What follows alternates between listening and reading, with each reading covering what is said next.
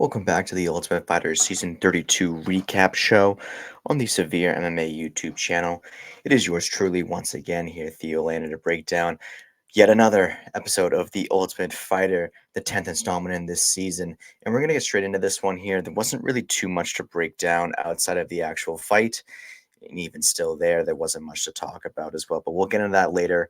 We're going to jump right in here to a random by my measure here, a random doctor visit that they do to start the episode. Ziggy goes to a facial injury doctor local in Las Vegas. Apparently, he had some sort of fracture right below like his left eye. I didn't think it was exactly the orbital, but it was just below that. Not a doctor, clearly. But they sort of describe it as like an eggshell type fracture where like there was still a layer of bone material there, and if it had been touched, this could obviously become compromised, be a big problem. um, it's an issue that we had no idea about. They sort of show us some highlights from the last fight. They don't show us like the shot that did it or anything like that. So it's more likely just like sustained damage from that. But something that he fought a while ago. We've Ziggy's fight was like what, the third episode, the second episode, something like that. Um, I don't know why. Well, all of a sudden we're taking a detour to look at some random injury that Ziggy may or may not have. Um, Come to find out, it's really because they're trying to fill time because not much happens in this episode. But it's like a little 2 minute side step that we do to start the episode. We quickly move away from that and immediately go to see Khan. He's training for this fight, obviously, that he has coming up with Rudy. He's calling this the biggest fight of his life. He even says, which I thought was very rude, he called Rudy Roots Voldemort. So he looks like Voldemort. Rudy's a nice guy. No need to do that. It is kind of true. He does kind of look like Voldemort, but I guess I digress. He also has a good chat with Nate Fletcher there. They even talk about, Nate says something along the lines of, well, if you beat me, you got to be pretty good. So good to see that they're getting along well in the house. Kind of been an ongoing theme here. Not really too much drama in the house, anyways, but. You know, Rudy, we sort of cut away to him in the gym, and he's talking about this matchup against Khan Offley. He says that it's the toughest fight for him in the house. Um, doesn't say that begrudgingly. He says it eagerly, like he's super, super excited to get in there. He says that he really wants to see that challenge come towards him and see, if he can really become the best version of himself as a result of that. Love this mentality of Rudy Roots. Rudy, even outside of his fights, has been a really interesting watch this season, just for what he says and like these little offshoot one-on-one interviews they do with the camera. Um, Always been a fan of what Rudy's brought to the table and what he's had to say, especially in regards to like his mentality leading up to fights. And this sort of just was an example of that. So we have some good stuff from Rudy here. We're going to cut back to Khan real quick. Keep saying that he knows he's going to have to avoid takedowns via scrambles, but he keeps bringing up that he catches guys in submissions that way very often, a lot of guillotine chokes, stuff like that. So he's sort of anticipating that to come in here, but obviously, wrestler striker wants to keep it on the feet, but he does see his opportunities to score points and finish the fight, of course, in the in between areas, which I think makes his fight a little bit different. And it sort of made me ponder a bit more about the matchup in a different way than I would have before I saw this episode. So yeah, Colin Offley obviously is also in a great mindset going into this fight as well. We then move to the coach's challenge for this season. Um, there are times where um, and you at home also probably experience as well. Like you're probably at work doing some odd tasks that you weren't assigned originally, and all of a sudden it's your responsibility, and you're saying, "Why am I doing this?" Um, I don't really have that feeling often. I did have that feeling watching this coach's challenge because it was an abysmal display of basketball ability. Not their fault. Neither Valentina or Alexa come from places where American basketball is particularly popular. Shevchenko even mentions the last time that she shot a basketball when she was 12 years old. Alexa couldn't give us a date, so I wasn't expecting a lot out of them. So I really don't fault them for this at all. I just think maybe someone at the UFC, I'd want to ask them what they thought about bad basketball. Would be fun to watch. Sometimes it's fun to watch guys who don't know how to fight each other because they take risks that they're not used to taking. Blah blah blah. If you get inexperienced basketball players competing in a shooting competition, you're just going to get a bad product. Like it's not, there's no like way that they can make it fun. This one is a little bit different. So just recap real quick. They're actually doing this at the Vegas Golden Aces headquarters. They are the two-time and now defending WNBA champions. They are the first basketball team in the history of Las Vegas. Dana was probably too busy for the day, so he videoed in. Typically, he's there for the challenge. He's been very absent from this season overall. Um, but yeah, for some reason, he just wasn't able to be there as well. Um, it's actually led here by Kelsey Plum, who some of you may be familiar with. She's a rather popular WNBA star. She lays out the rules here. It's going to be 3 2-minute periods. Typically on the basketball court, you obviously have the 3-point arc, where anything beyond that is a 3-point shot. Anything within there is a 2-pointer. In this scenario, what they have are like these little tiny, like maybe like 1 foot in diameter dots that are around the court. The closer they are to the basket, the lower points they are. So they have like those 1-pointers, and they have 2-pointers sort of in the mid range, and then of course beyond the 3-point line, they have these 3-point dots. They did not attempt a shot that was not directly underneath the basket. They didn't even bother to go out beyond the free throw line. They didn't get into like the deep mid range. There was no 3 points attempted here, which again, not their fault. A good strategy for them because they don't know how to shoot basketballs. But like this is always what the challenge is going to dissolve into. I don't know. It felt a bit shoehorned, like they just wanted to do something with the Vegas Golden Aces and Kelsey Plum, which I get. I mean, like the very marketable group there. They actually have a lot of momentum right now. The WNBA is exploding in America, very popular. Um, they could have done something different with basketball. That this was poorly planned out, and there's really no other way to call it. Because again, like, what are you going to expect out of two people who don't play basketball, who have no history with that? Just made for a bad product, and it sucked for the fans. But anyways, if you really are curious here, it's for the classic $10,000 cash prize for the winning team, not just the coach. Valentina makes her very first shot of the competition right underneath the basket, and I'm thinking, oh, okay, this could go somewhere. And then all of a sudden, they don't leave the paint. They don't just miss the basket; they like miss like on. They're hitting like over like on the top of the backboard. They're not even hitting the square on the backboard.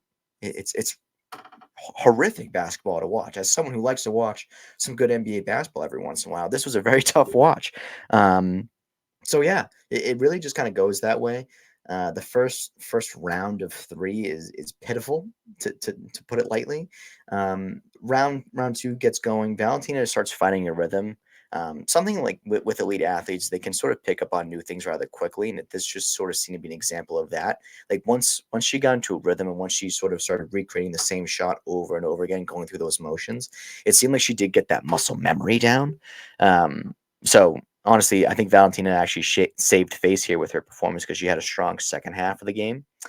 Um, so yeah, going into the third round, Kelsey Plum is trying to give some advice to Alexa Grasso, who looks disinterested, is clearly frustrated that the producers have put her in this position for no apparent reason. Kelsey Plum is trying to give her the advice. Alexa's kind of just going through the motions. Let's get this thing over with. Shevchenko pulls away in the third, doesn't do particularly great, but she does end it by venturing outside of underneath the basket all the way up to the 3-point line, where she switches it. Nothing but net. It's ironically the best shot of the entire game. It's inconsequential because she's already leading the competition by like 10 points, so the shot really means nothing. But the way that the teams exploded in the arena, or I shouldn't even say it's a practice facility, once that building exploded with cheers, you would have thought someone hit like a half court buzzer beater. So it was all in all, it's like a merciless ending to the basketball competition. Shevchenko did get in a rhythm. We were saved from some really bad basketball. If they were tied, it had to go to some sort of tiebreaker. So Team Shevchenko gets 2K each fighter. This is the interesting part. Robert Valentine is visibly annoyed, understandably so. You had a chance to win $2,000 just out of pure luck, like nothing you can control at all. It's just your coach competing in some random competition that they obviously have no experience in. Um, he gets a little bit annoyed. He starts calling the members of Shevchenko's team, "Oh, you guys are like basketball cheerleaders. You're more like basketball players. You're not like fighters." Something along those lines. He says in a bit more tongue-in-cheek way, though, so that he can get away with the joke. But I think anyone watching that can see right through that. It's very obvious he's just peeved off that he lost out on $2,000, which again, I get. Competitive guys, hard to go back to the house after that kind of thing. So he says what he says. Um, then, of course, some guys on Shevchenko's team start getting in his face. Valentine's like, "Oh, it's a joke. Like in my country, we can joke and all this stuff." Um, and then Giannis, all of a sudden, like after it seems like the situation is dissolved, he claims that Omran shoved him. It looked more like an incidental bump. I didn't think like Omran like really tried to like make anything happen there because like Omran's a super stoic guy and doesn't seem like the type of person who would be causing problems for no reason. But Giannis feels the need to challenge him on this. Gets right in his face. He's like, "Omran, why you push me, brother? No need to do this, brother." And Omran just like stoic, stone face, like Alex Pereira and the Stonehenge guys, just isn't moving a muscle. Just doesn't seem to pay him any mind. So, thankfully, cooler heads prevail. The coaches are able to separate everyone. They all leave on amicable terms. So no real drama there, but for the way that this season has gone, that's about as good as it'll get for us. I don't anticipate it getting any worse here because we have 2 more episodes left and we're not really reaching a boiling point of any kind. Just feels like the production at this point is just like anything that happens that has any sort of back and forth, they have to put it in. And honestly, with the way that this episode was rolling, I get it. I totally get it. So we come back from that to see Ziggy again. We're back with our guy who has this apparent injury, but except he doesn't. They take him to the back at the UFC Apex, not with the commission, but they talk to like a UFC doctor. He says there's like a 95% chance he can fight. Okay. Why are we talking about like this is such a non-story. If it is, if anything, this deserves like a maximum of a minute that they touch on. Like, oh, by the way, there was some random thing that we thought might have been wrong with his eye. Turns out it's an actual non-issue. But again, they are trying to fill time so badly here. Um, they've shown us no reason that Ziggy's not going to fight. Like there's no time when you're watching this that you're like, oh man, I hope he's going to be able to get through this. Because any sort of drama that all comes from that, they immediately disregard this. Oh no, but he'll be fine. So like, what are we doing here then? It makes no sense. Um, well, I guess it makes sense. They're just trying to fill time, but it's stupid. There's so many better things they could put on the TV. Rudy then gets his opportunity to FaceTime his parents ahead of his fight, a tradition that the fighters have been taking advantage of this season. His dad takes a very gleaming, proud, boastful response when he hears that Rudy was the first pick for Shevchenko's team. He says that he could see him wearing the green jersey. He's like, "Oh, I know you're on Shevchenko's team." Rudy's parents obviously mean a very, very big deal to him. He gets emotional towards the end of the call, as is par for the course for all of these guys. A lot of them just get emotional because they've been away from the family for so long. So, um, earning the right to FaceTime them via getting a win and going to the second round means a lot to these guys because there's a lot of guys in the house that aren't getting the opportunity. So it's just a nice thing they do to get some perspective on why they're actually there and all that stuff. Um, so Khan then FaceTimes his wife. It's his turn. Um, she gives him a couple pointers on Rudy Roots, which I thought was interesting because she actually knew a lot about the guy. Unless like it was almost like so perfect that I was like, damn, it feels like the UFC production team like planted this information for her. But no, she seems to be like a genuine fight fan. And she was saying that she was looking over some of Rudy's fights. She's like, oh yeah, he's gonna be right on you, relentless pressure, he's gonna try to take you down, all this stuff. I was like, wow, she really knows her stuff. So yeah, and it looks like Khan got a kick out of it too. He's like, yeah, I couldn't believe she was giving me pointers out there. But yeah, very wholesome interaction. Another little nugget from their conversation is that Khan starts complaining that Team Grasso does all the cleaning in the kitchen um, in the Tough House. Team Shevchenko, allegedly, because we're only hearing his side of it, does not do any of that stuff. Again, very little drama this season. We are grasping at straws for anything that could be a headline. So There you go. Make of that what you will, because there was nothing else discussed on that topic. Both fighters end up making weight, zero controversy at the scales, all is good there. We then get to the pre fight commercial break, which is always a good indicator of how this fights are going to go. Sometimes I'll text Ian, I'll be like, wow, they're starting the fight really early. This one might be a decision, or vice versa, like it was tonight. This one started, the pre fight commercial started at 10:50 on the East Coast. Notable because the show ends at 11 p.m. on the East Coast. So we have 10 minutes to get through an entire commercial package. So multiple commercials. We're then going to cut back to the episode. They're going to show us the B roll of Las Vegas. They're going to show us the intro from the morning when they're walking into the arena. And then they're going to show us the guys like getting ready in the back. So all in all, like they're only going to leave us like 5 or so minutes for this fight. So you know it's going to be a first round finish. So on to the fight. Round one, Rudy was told, be very patient. Patience was the number one theme of his pre-fight instructions. He said, when you're dealing with a guy like Khan, who's not only dangerous on the feet, but also has the Brazilian Jiu-Jitsu threat, at this level, you cannot rush in there. You cannot be reckless with your decisions in there. You have to be smart. You have to be thinking. Um, Rudy in round one immediately starts the fight with a 1-2 that goes right into a takedown, um, immediately throwing all that he was told out the window. He does get the takedown successfully. This is about like 10 seconds ish into the fight. They're back up to the legs. They're back up to the feet, I should say, immediately. Um, Rudy then is able to get a takedown once again. However, this time when he does it, he actually goes for it and he gets him back down to the ground. They pop back up immediately. It's one of those.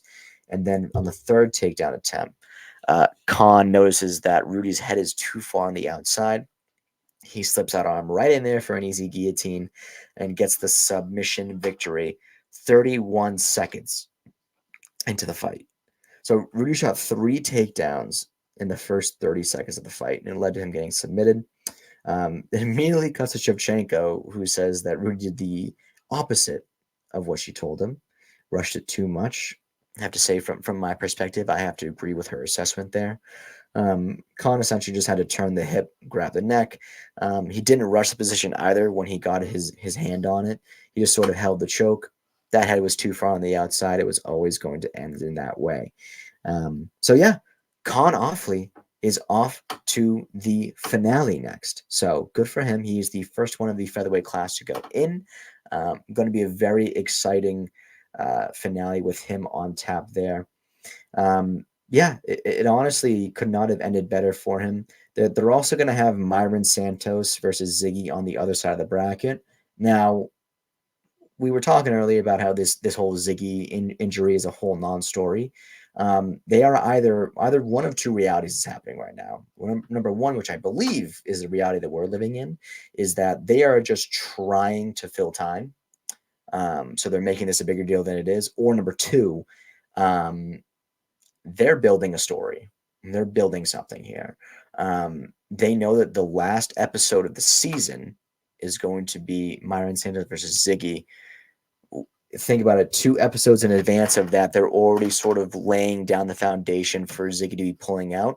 Again, the doctor told him 95%, so I tend to believe that this is going to be a non-issue, but you just got to start to wonder at some point, like how, like, are we reading too far into the tea leaves? Do we have to take off the tinfoil hats? I'm not sure. I'm going to get to the bottom of this, mainly by watching the episode like everyone else. But yeah, that was really it for the episode. They did announce that next week we are going to get my highly anticipated matchup, my most highly anticipated matchup of the entire season. Robert Valentin, the self-appointed player coach of Team Grasso, taking on his teammate and best friend in the house, Ireland's own Paddy McCory. Absolutely stellar matchup stylistically. Also has the great backstory of their relationship beforehand. So yeah, cannot wait for that fight.